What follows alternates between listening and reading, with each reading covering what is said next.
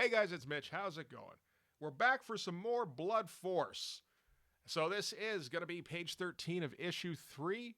This is some more Popo pages. So just before we get into it, if you enjoy the channel, if you feel like you might want to help out a little bit, what you can do is in the description there's a link to my Patreon, and if you subscribe there, that's going to give you access to everything I do, from the Blood Force pages like this to the YouTube stuff like this.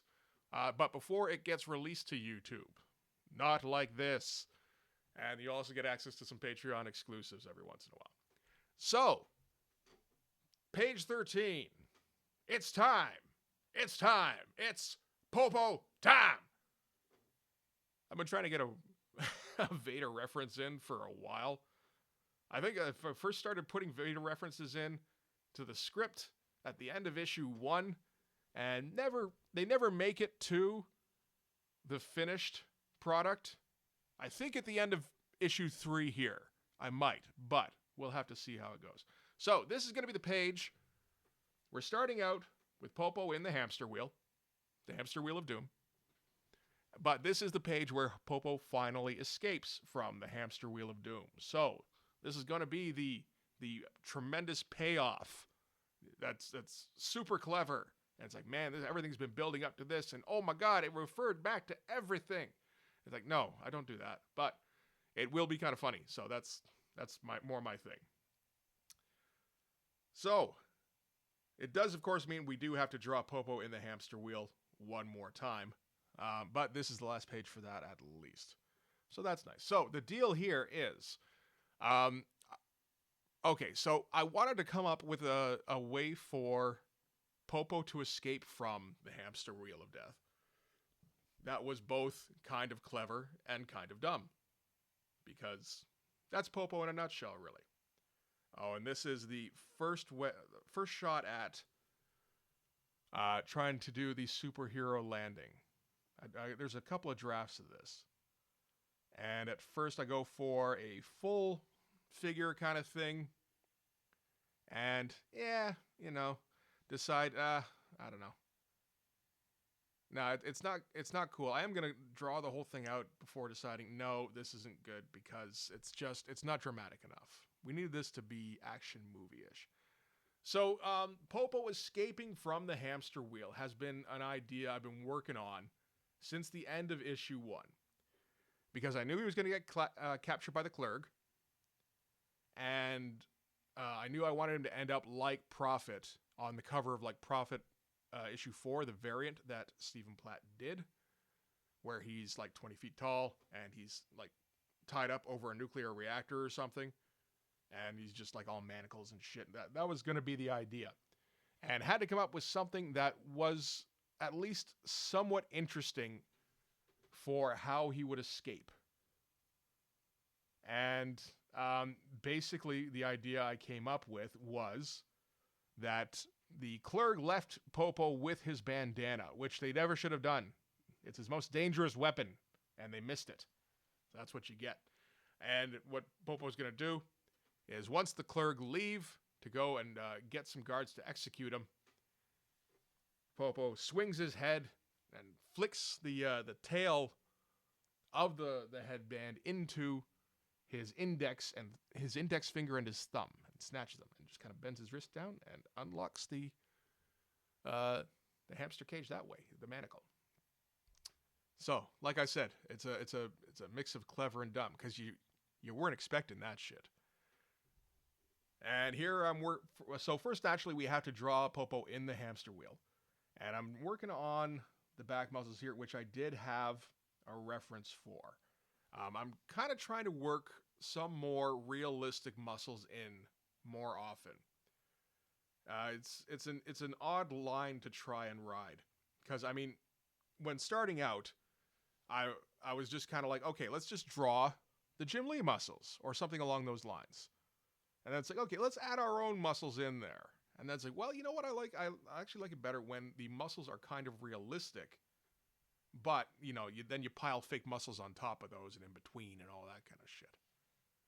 And now it's getting closer to just, realistic, just extremely defined muscles here. With, again, some fake ones in the mix, here and there. And hopefully that's as close to it as I don't want to get to a point where they're just like realistic figures. That doesn't fit it. I don't think it'll ever get there. And yeah, I might end up missing this hamster wheel a little bit. I feel like I was finally getting the hang of the tech a little bit. Because this thing here looks all right. It's like the right kind of full. It's got a little black in there. Some panels and shit. Yeah, that's okay. I mean, I do have the end of page from the end of issue 2 right there over on the left for reference, and I'm just kind of grabbing textures on and throwing them on at random, but it's the right kind of random. It does look a little crooked there, but that's okay. Again, you're barely going to notice. And then, yeah, get some kind of Jim Lee-ish fog here in the background. Get some, like, proby stuff. And some weird random tech that's all silhouetted conveniently. Some of it Jay Lee-ish. I'm mixing my influences here, but that's okay. We'll let it go. All right, so that's panel 1 done. Now we get to work on panel 2. And this is probably one of the panel I'm probably least happy with, I suppose. This part's all fine. It's the head that I end up not being too happy with. But it's mostly okay. You can have a bad head from time to time. Yeah, I mean, like that just doesn't quite work. And I was like working off a photo of myself and everything here, and still didn't quite nail it.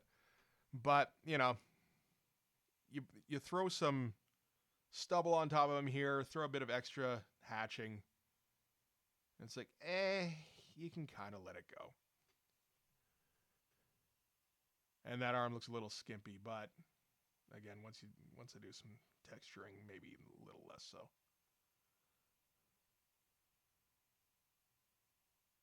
Yeah, and enjoying the last of this tech here as much as I can. I don't enjoy tech very much at all, but yeah, this is all okay. The problem is I can't really reuse this very much except on the Clerk ship. If I put this in the Blood Force headquarters, it's like, well, wait a minute. Maybe after a few issues, after they've like stolen some of the tech or something. So yeah, this is the bit Popo whips his head around.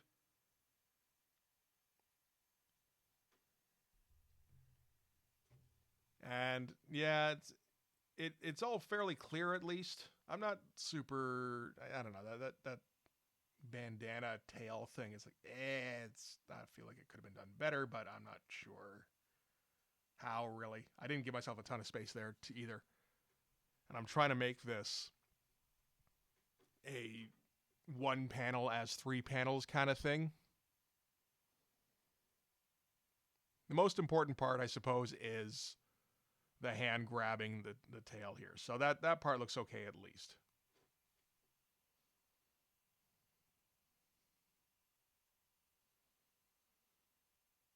And now we're going to have to try and draw some Will stuff, apparently. I think I'm maybe looking at the force perspective a little bit, because Wills does a fair bit of that. So yeah, I'm going to have to try and make this look about right with some force perspective. And not too bad. It looks a little, I don't know. It's a little much what I'm going for here, but it's certainly like the hatching certainly helps a lot. Oh yeah, accidentally drew over the tech there. That was smart. That's okay. I'll fix that up. And now I get to do a close-up of a hand awkwardly holding the tail end of a headband, bending over awkwardly to pick some locks here. And you know what? It doesn't look too bad, actually. And it's like, yeah, it's fairly clear what's going on, I think. Gonna have to make sure that headband stands out a mile, though. to make sure that there's no confusion about what's going on here. And again, a little sound effect going like chick, chick, chick, chick, something like that. And then so this post no good. Try again. From straight on, well, no, because it's I'm shooting for full figure still, but realize he ends up being way too small. And for how dramatic I want this to be, no, we're just gonna have to do like his fist hitting the ground with his foot and his knee, and that'll be it. And it's like, a movie shot. And get ready to draw a whole bunch of greats here. Yep. In perspective. This is going to be the rest of this video, just to let you know. How much time we got left? Like 7 minutes. Well, I still got to draw Popo himself here. But like, no, I'm going to go for this grate.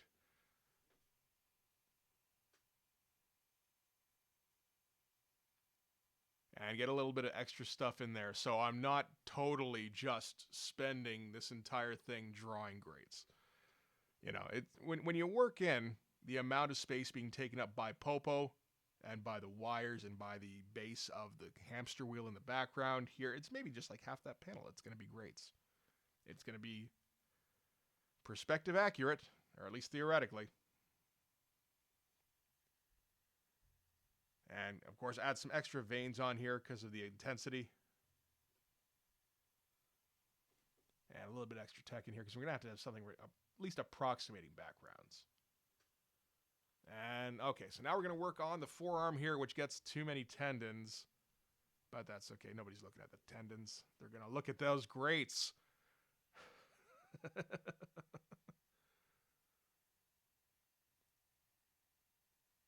I wonder if I'll remember to keep Popo's pants ripped at the end of the issue when he comes back. I might. I think I probably will. Probably be using this for reference then. Not a bad looking boot. And yeah, there's the extra stuff here.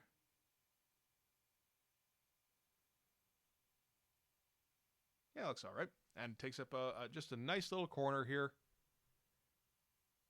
And I think, now we're going to work on, okay, that's going to be my point of perspective there. It's all 1 point perspective.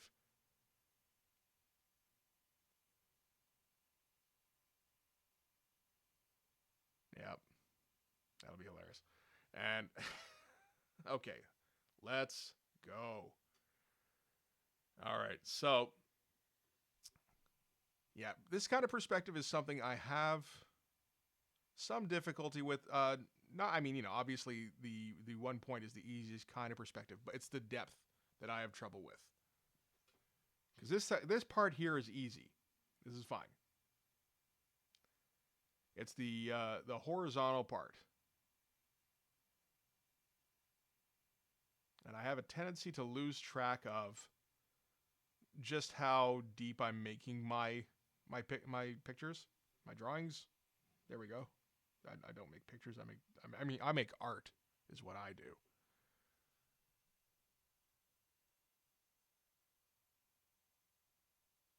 Yeah. So what was it? Let me figure out here. So this is like 6 minutes of drawing grates, and we're at times 16 speed. It's going to be about an hour and a half, hour 40, 45, something like that. Yeah, no, I was committed on this one. Yeah, so here's where I often mess up. Basically, what you just have to do is, decrease the distance between the lines every time. And sometimes I do it a bit too much. I think it looks pretty good here.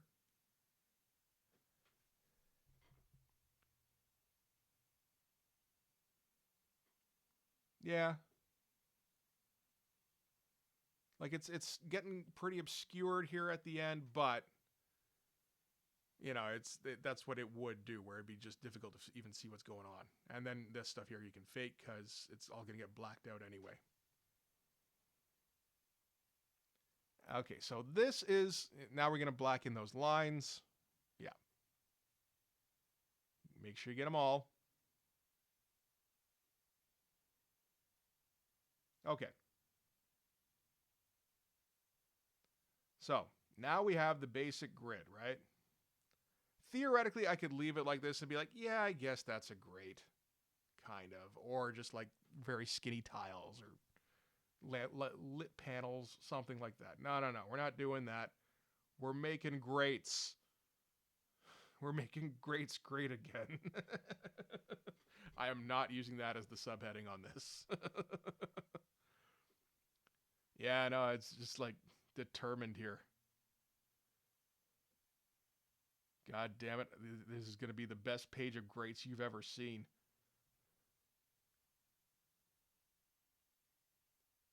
And of course, perspective accurate. I don't know what possessed me.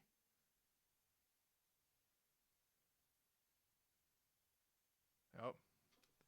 You can already see areas I've missed a little bit here and there, where I'm missing a line or two. And the chat was helpful enough to remind me. This actually turned out to be one of the more fun live streams. Just because, like, I don't know, it was just them giving me shit about, oh, you missed a panel there. Oh, you missed one over there. And of course, they can't point me in the direction of the panels, really. They can kind of give me an idea and then put in some shadows here that aren't exactly accurate, but they're pretty close and they end up looking pretty good, actually. And then, okay, so we got to finish off the base of the hamster wheel here. I'm putting in all this effort on these grates. If you half-ass the base of the hamster wheel, then, the whole thing was for nothing, basically. It doesn't look right. And now, so yeah, there's a bunch of grates, right? So what are we going to do now? We're going to shade all of the grates. Oh my God. Yep. There's just so much. And this is like oddly satisfying for me. And just like, no, I'm going to do a good job on this one. And there's probably a panel here or there still left at this point. I did get them later. I think. I got a couple later anyway. I believe it's pretty much done. But yeah. So what did all that work on that panel get me? All the perspective, all the grates. It got me the best panel on the page to start with. Maybe the best panel in the book so far. So, fuck. That's kind of evidence that maybe I should try and work hard on the backgrounds, and it will actually look pretty fucking good. Because I'm pretty happy with this page overall, but that panel in particular is like, God damn it, that looks good. So, that's going to do it for page 13. Next one. I mean, this could theoretically stand alone, and then you cut back to Hawkstab and Maxtremus. But, without spoiling too much, next time we see Popo, he's gonna be armed. So we need to at least give an indication of how he's gonna go about getting some weapons. So that'll be page 14. But that's it for this one. Thanks very much for watching. If you like this video, please hit like, hit subscribe, hit the notification bell so you know when the next one's gonna come out. Comment below on which grates I got wrong, Chris, or, don't. Or what you could do, you could go over to my Patreon and subscribe there, and that'll give you access to everything I do, from the Blood Force stuff to the YouTube stuff to the Patreon exclusives. Also, you can follow me on Instagram and DM me there for commissions. So, the page of grates is done. Long live the page. Whatever. Thanks very much for watching. I'll see you guys in the next one. Bye-bye.